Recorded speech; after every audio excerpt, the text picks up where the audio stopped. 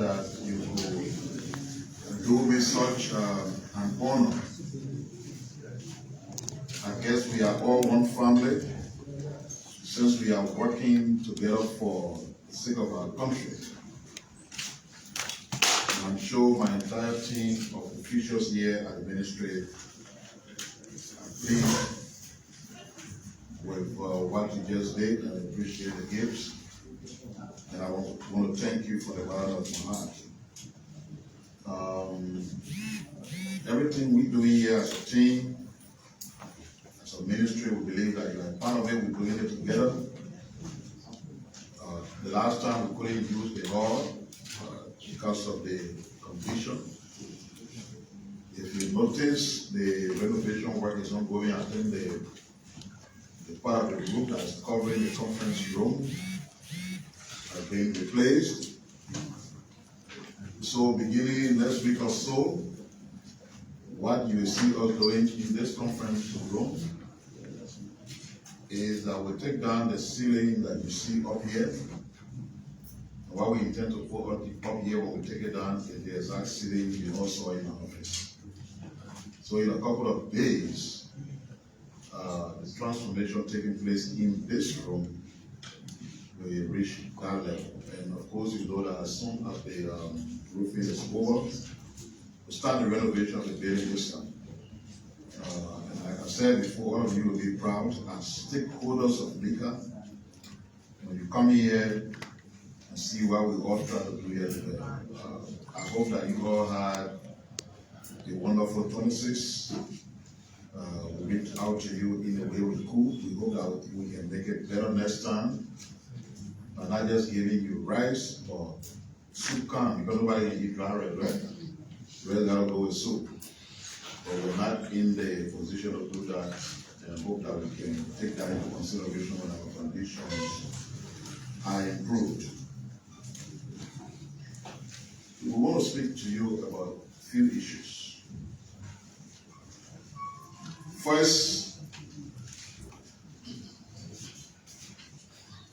the government of Liberia, through the office of the president, has received the report of the General Auditing Commission, GAC,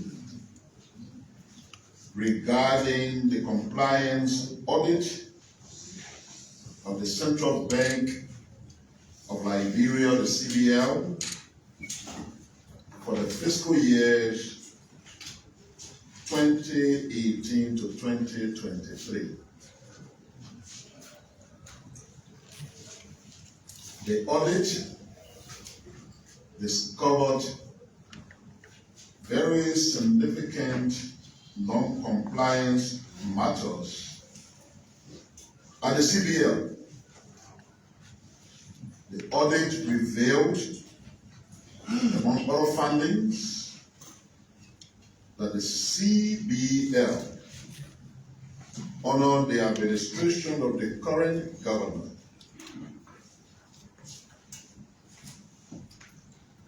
honor his supervision and honor his management was not in compliance with the CBL Act of 1999 as amended and restated in 2020. Not consistent also with the Revenue Code of Liberia Act of 2011. The Public Financial Management Act, PFN, of 2009, and its regulations, amendment and restatement of the PFN Act of 2009 and 2019.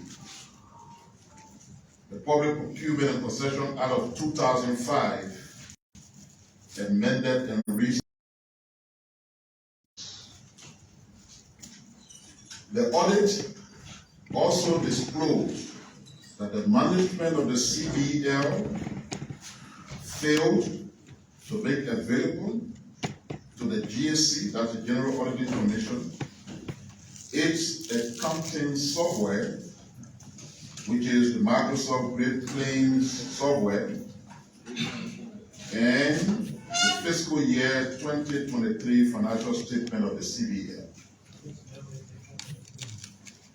For the purpose of the serious allegations of non-compliance and gross failure to perform his fiduciary responsibilities contained in the audit report, the President has hereby suspended from office without pay and with immediate effect pending the result of an investigation of the audit funding the Governor of the Central Bank of Nigeria. I'm sure you are aware that 3 members of the board of the Central Bank had their tenure expired, and they were replaced since July the 21st with Mr. George H. Goody as a member, Mr. Joseph Robertson as a member, and Councillor Ebenezer Gibson as a member. These 3 replaced 3 members of the board whose tenure expired. The situation at the Central Bank is considered fluid, and further determinations will be made depending on available information. But as of the moment, it is the executive governor of the bank who is hereby suspended.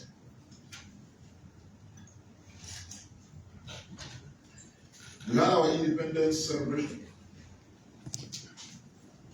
We had an auditor who spoke to all of us, who spoke to all of us. And we think the debate that emerged after the auditor after the auditor presentation, Jesus Christ, how are you? So, it's good. It shows the pluralistic nature of our country. It shows that maybe the tenets of democracy are flourishing. Position was. But you see, we are a country where people listen more than they read. So for that purpose, we thought to re-echo at this press conference what our unchanged position is, for the sake of those who love to hear, in addition to the fact that the readers will read what we said. And this is what the government position was as issued by the Ministry of Information. It says, the government of Liberia has commended citizens and residents of Liberia for a peaceful, colorful, and successful celebration of our nation's 177th independence anniversary, which was celebrated on the theme, Building a New Liberia for All Liberians. The President, His Excellency Joseph Numa Boakai Sr., called on all Liberians to embrace the true values of freedom and work together to provide opportunities for every Liberian to live a dignified life. The government thanks the Independence Day orator for oration and notes that the national orator is a private citizen of Liberia. Her comments are solely hers and are protected by the Constitution of the Republic of Liberia. The national orator struck strong points in her speech, of which the government has taken note and will take appropriate actions where necessary, possible, and feasible. His Excellency Joseph Numa Boakai, the President, reaffirms the government's commitment to transforming Liberia as the orator urged the government, and will remain engaged with our partners to cooperate on matters of mutual interest. In the midst of all the debates, everything that has been said, that is the position of the government of Liberia. Another issue that you may have already seen because it was made public through writing, but that we have to add voice to, concerns the recent indictments. The Monrovia City Court, based upon a complaint of the government of Liberia through the Ministry of Justice and the Liberia Anti-Corruption Commission, issued a writ of arrest against Mr. Samuel D. Twe, former Minister of Finance and Development Planning, Councillor Nyanati Twine, former Acting Minister of Justice, Mr. Stanley S. Ford, former Director General of the Financial Intelligence Agency, Mr. Moses P. Cooper, former Controller of the Financial Intelligence Agency, and Mr. Jefferson Camo, former National Security Advisor, to answer the charges of economic sabotage, theft, and or illegal disbursement and expenditure of public money, theft of property, criminal facilitation, and criminal conspiracy. The defendants had conspired and concocted an elaborate, illegal, and unlawful scheme to defraud and steal from the government of Liberia.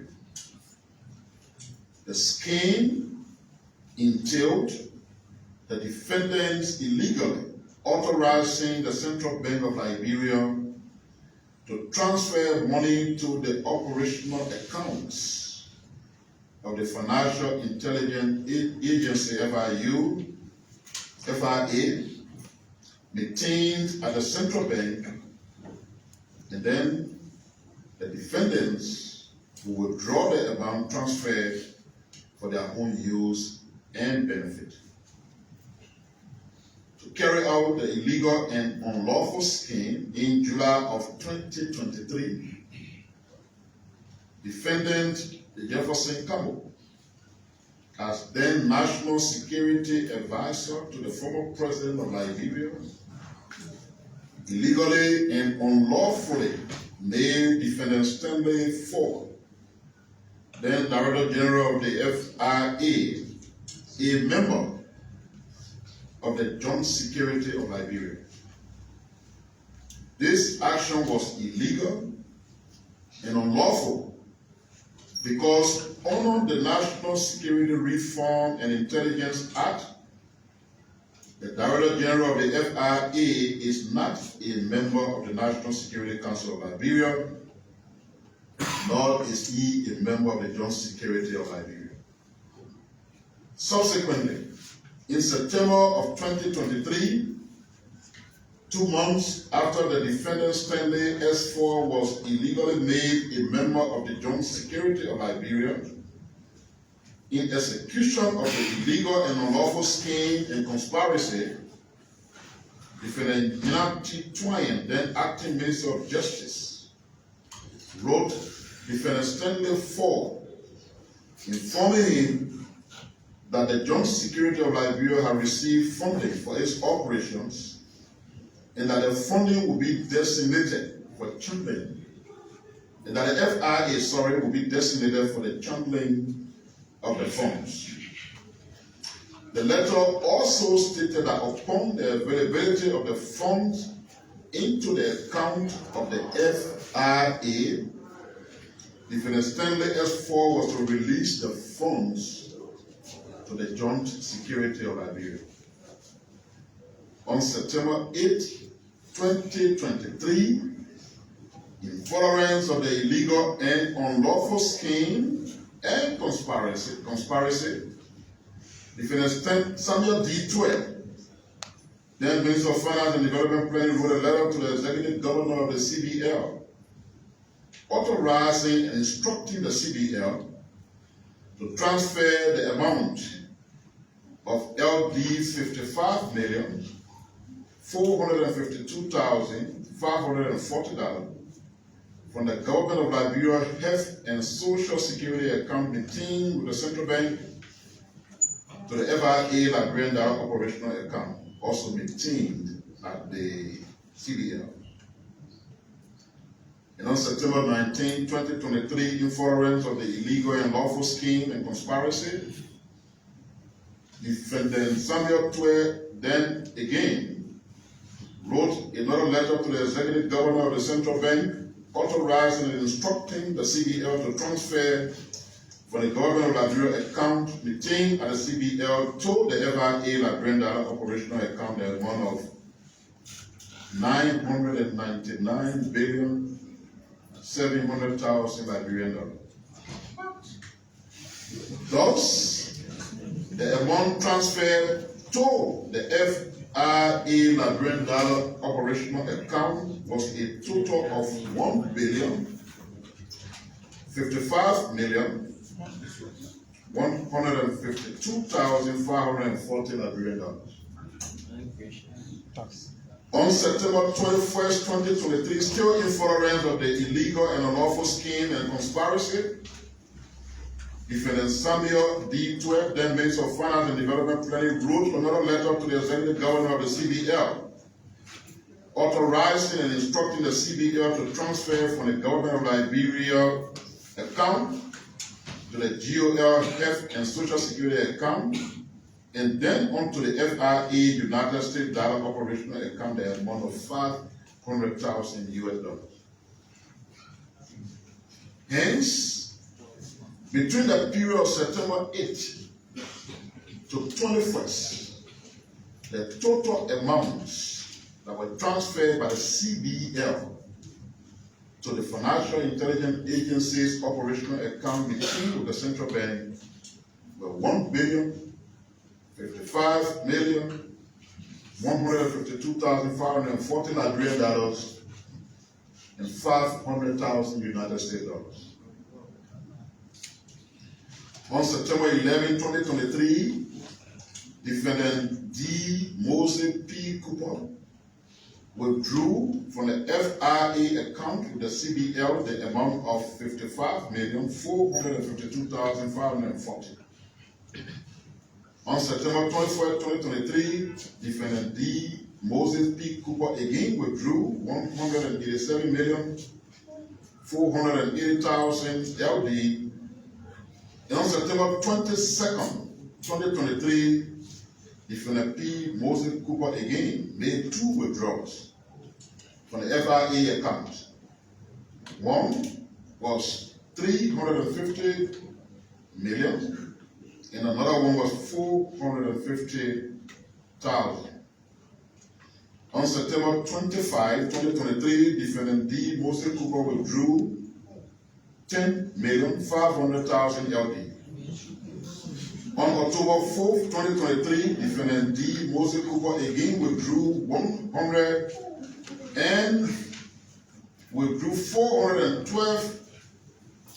$412,500. On October 6, 2023, Defendant D. Moses P. Cooper made two withdrawals.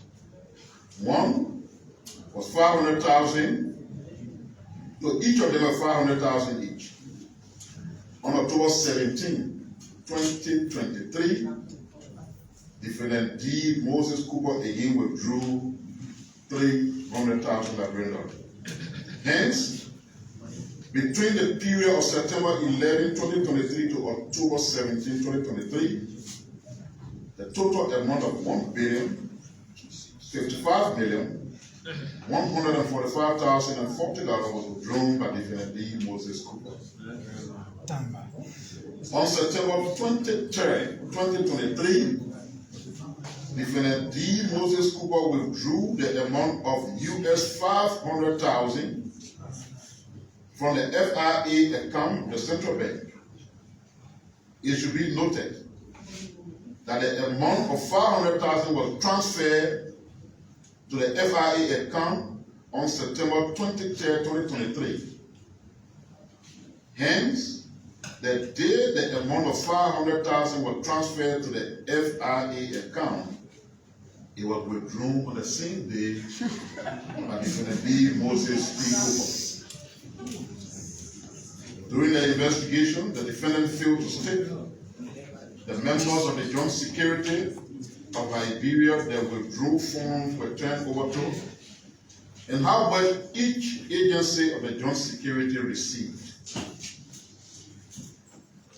With the exception of Mr. Samuel D. Twe, former Minister of Finance and Development Planning, all persons of interest in connection with the matter were invited by the LACC. They were interviewed, gave statement in relation to their roles, involvement, and knowledge of the crime. All those invited were advised of their rights. And I want to close on this matter with this. The reactions we have seen, two of it caught the government's attention. One, that this intervention is a witch hunt. You all saw the drama that unfolded with the constitution of the LACC. Almost toward the end of the administration, the new commissioners were named. So all the folks at the LACC whose work led to this indictment were now appointed by President Boakai. They were appointed by the former president. So where does the question of witch hunt fit?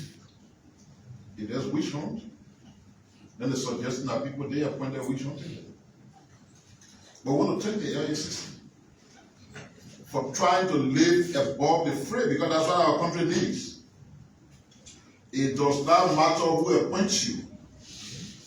But when you have a piece of work to do it without fear and favor. And I want to be on record here as a spokesperson of the government that I think in this matter, the LACC have lived up to their responsibility. They have lived above the suspicion that others had that they will not do the needful when these things come up because of who appointed them. I guess they've proven the public wrong. If there's anybody who disagree, fine. The second argument that I want to quickly pay attention to also is, especially in reaction to a reaction that was made by Samuel Twe on Facebook. When you reminded us that rather than talking about what happened during the 12-year term of President Sirleaf, we have left it and we're focusing on the last 6 years of President Weah. Because Mr. Twe and his team were here for 6 years. If they sincerely believe that in the last 12 years of the early administration that they took over from did something, what stopped them in 6 years from bringing those people to vote? That they don't expect. For us as a government, when we find probable cause for anybody who may have committed something in the past and there's no statute of limitation, we'll do the needful. But the point is, you are here for 6 years. You govern the country for 6 years. You believe that wrong things took place in the last 12 years. Why didn't you take the appropriate action that was needed to bring justice to the Liberian people? So those two defenses that have come out so far, they lack every bearing. Because how can your own people you appointed be accused of witch hunting? Come to the CBL stuff, for example. Kaswa, who is the Auditor General, was appointed by the former government. It is his audit report that has led to the action of the central bank. Again, when someone say about witch hunt, I think these public servants or public officials are standing up resolved to do the right thing, void of connection to individuals and political institutions. And I sincerely believe that this is good for the country. And to end these indictments, they will be concluded in the court of law. Accusations can be made based on what prosecutors believe are strong evidence. And the court will resolve the matter. But we believe that the Boakai administration ran for public office on account of holding people who betrayed the public trust accountable. We've seen that there are people who don't have simple patience. When you want to run government, you got to do the right thing. The administration has been here for 6 months. And some were already making conclusions that the government was failing in its pledge to hold people accountable. But from what you see, the government was simply allowing those who have those responsibilities under the law to do their work. And I think that's the way to go. You don't want to dance to the public's anticipation. The public wants it to be done immediately. You want to please them, you do it, and you do it wrongly. Give the people who have got the authority to do the things they're supposed to do the time. If in their view they got to take 1 year to gather the information, the evidence they need, then so be it. There's a common saying that all of us know. The shotgun killed deer. We don't want our people who are helping us to do the right thing take shotgun. So that be patient with them as they do their job, so that when they do it properly. I want to thank you for your attention. So folks, I'd like to say a pleasant good morning, hello, wherever you're watching from. That is the voice of the Minister of Information. Thank you. Thank you. Tuesday. Listen to the Minister laying out very objectively the position of the government and action that the President has taken affecting the state of Liberia, the indictment by the state against certain individuals that stand accused for various crimes, including economic sabotage, criminal facilitation. We will now provide you the opportunity to put your question to the minister. I see your colleague already in the queue, so we'll take as usual, and the minister will respond. Please introduce yourself and the institution you report from.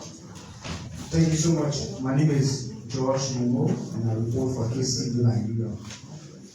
Mr. Minister, thank you for the presentation, and we much appreciate the Boakai Suspend administration for bringing to fruition the saying that says there will be no business as usual.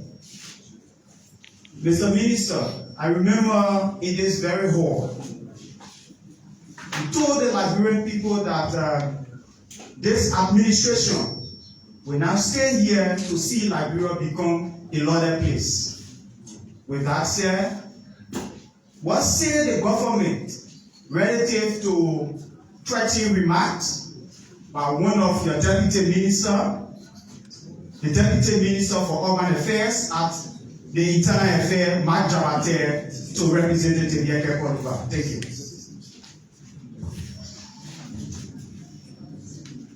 Thank you, Mr. Minister. My name is Trokon Flama, and I report for Suspend Liberia. Two quick concerns. You did mention about people who are saying that this venture is a witch hunt. You care to tell us whether, aside from prosecuting people who worked in the CDC government through GSC reports, there are other GSC reports who that did not meet the statute of limitation 10 years, beginning from 2015, 2016. Is there any plan to pursue those other cases from the previous administration. That's one. And secondly, the former finance minister is currently out of the country. Does the government, have any plan in working out modality to return the finance minister to the country for prosecution, maybe through Interpol or by all means? So thank you. My name is Emmanuel Polo and I'm Professor Skyven. So my question is actually about, the orator's statement. She actually mentioned that America is taking more than what they're putting in, especially in Liberia. So many believe that this statement will actually or have brought bad blood between Liberia and the US. What would you like to tell people who have the perception of this lady? Thank you. My name is Samson Monsiveri and I report for Online Power. Mr. Minister, my question is there any plan to launch another audit from 2006 to 2017? So that's why the question for the So the minister will map the podium to give answers of all of those questions. That was the last question. We don't launch audits. Institutions that are responsible for investigation and auditing they exist. They have their plans. And it's their work by law, so they do their work. It is not our responsibility to instruct them and say, well, they do their job. What are they auditing? When they passed government left and they came to power, they made separate audit report on the board. Maybe you need to find out from them why no action was taken. Because audit reports are not necessarily an indication of somebody committed crime. That's the reason why when you have audit reports, they are examined by lawyers, they are examined by prosecutors to find out whether they have strong evidences from those reports that can lead to indictment. That's how it works. And like I said to you, after that 12 years, we ran the country for 6 years. The person who talked about my debate, generally should be very informed people. You say a couple of things that were not true. And as a journalist, you should not be saying things that are not true. My debate, one, is not a deputy minister anyway. And I thought a journalist should know that. Number two, it's no secret. I said you are a journalist who is far away from social media and other places. But it's been reported that the Liberian National Police today arrested my debate. How come you didn't know that as a journalist? So if you're concerned about what has happened, and I pray that your concern should not be just with my debate. Because there are public officials who make comments here that they will kill president, they will do this, they will drag somebody in the street, you should be concerned about those people's conduct as well. Just as in fact, strong interest in what happens to my debate.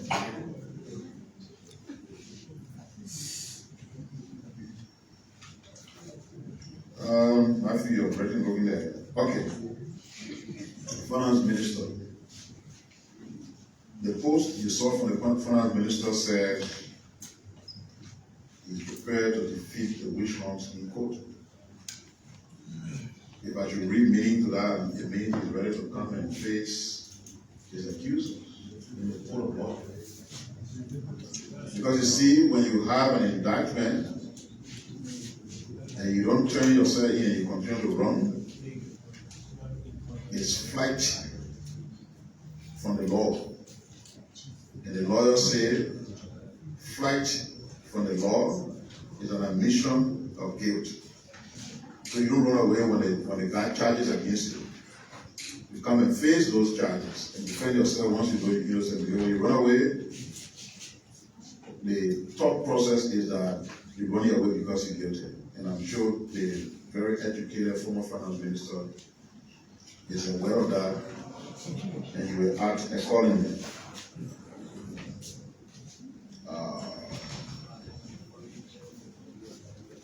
So our position on the 26th celebration, including the orator's presentation, is what I just read.